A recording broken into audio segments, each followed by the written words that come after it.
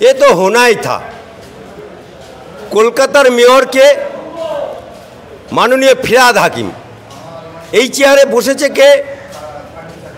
মহামান্য সুভাষচন্দ্র বোস।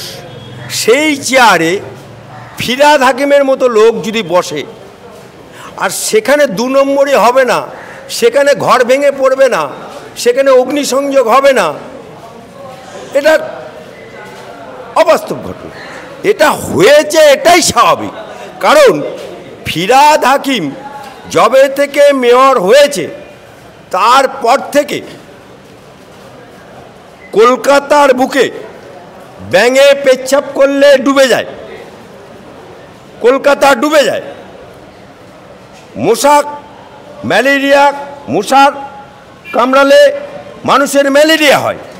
আজকে 3 ফুট রাস্তা, যেখানে সেই 3 ফুট রাস্তা দিয়ে একটা রিক্সা যাবে না, 3টে মানুষ একসাথে যেতে পারবে না, আপ অ্যান্ড ডাউন করতে পারবে না, সেখানে একটা 5 তলা বাড়ি তৈরি হচ্ছে উইদাউট পারমিশনে, কলকাতা কর্পোরেশনের পারমিশনের বাইরে।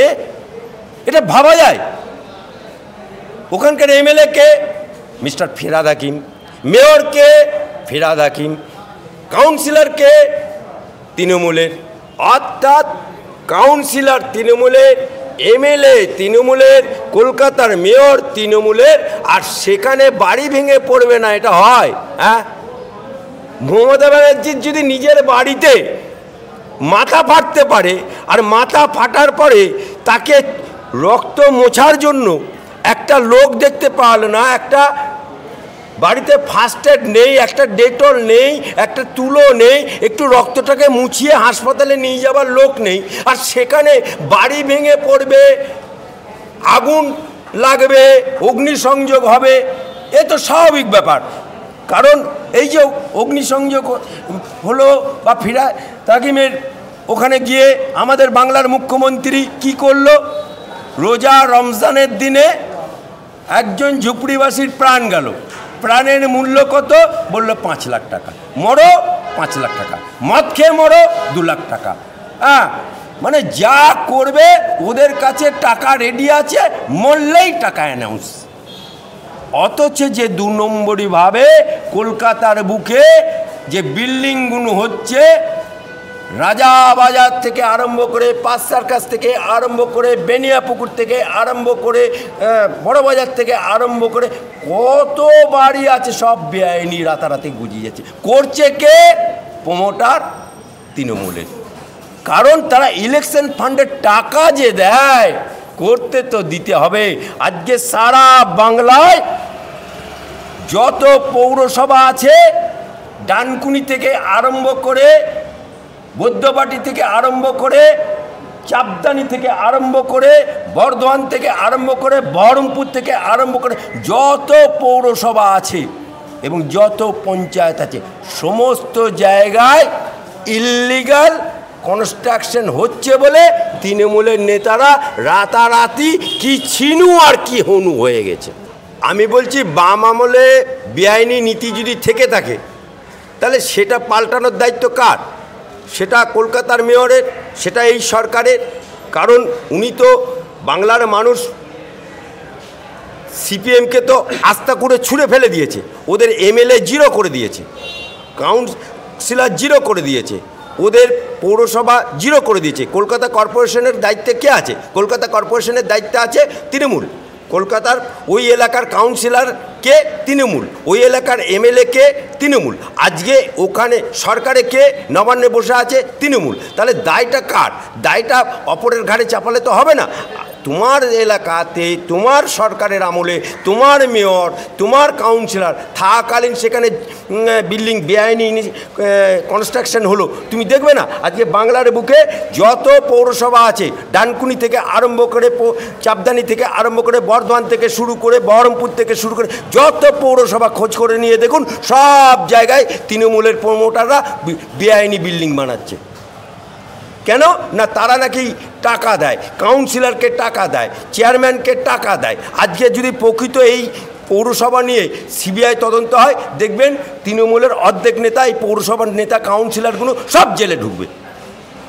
অলরেডি আমাদের যিনি কলকাতার মেয়র যে চেয়ারে বসে আছে সেই চেয়ারে বসেছিলেন কে? মহামান্য নেতাজি সুভাষচন্দ্র বোস। সেই চেয়ারে ফিরহাদ হাকিম বসেছে।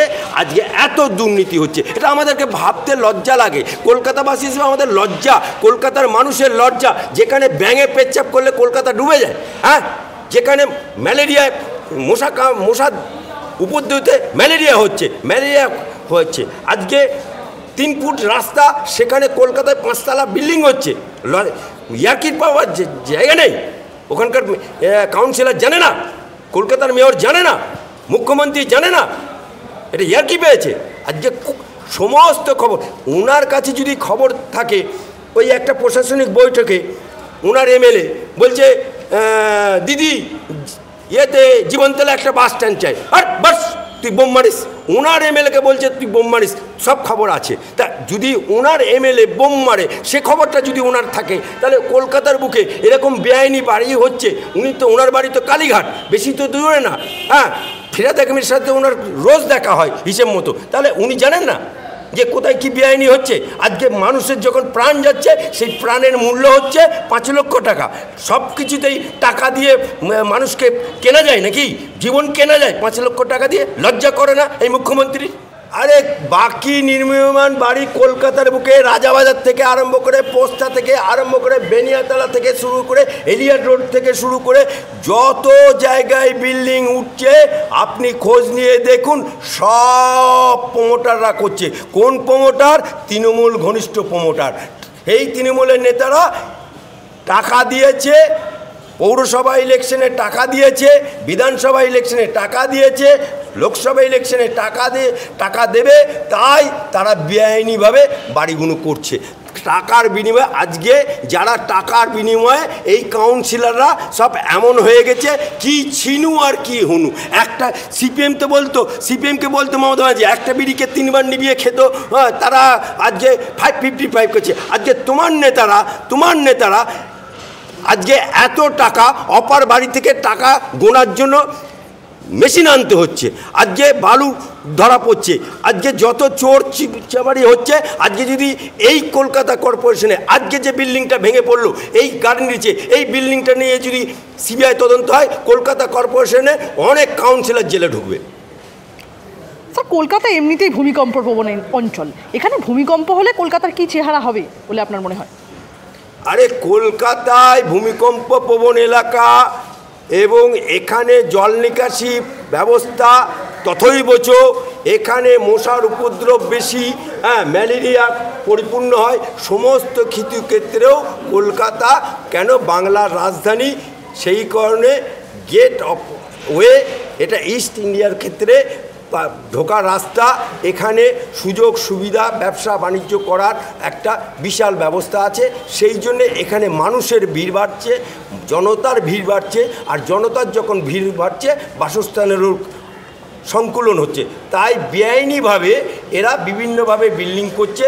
কিন্তু আখেরে কলকাতাবাসীর বুকে কখন ভূমিকম্প হবে, শুয়ে থাকা অবস্থাতেও আপনারা দেখলেন না মেট্রো রেল করার সময় বিল্ডিংগুলো কেঁপে উঠল বউবাজারে, সেই বিল্ডিংগুলো ভেঙে পড়ার উপযোগ্য হলো, ফাটল ধরলো, সেগুলোকে শিফট করতে হলো। তা সেই মতো জায়গায় একটা বিপজ্জনক অবস্থায় কলকাতাবাসী বাস করছে।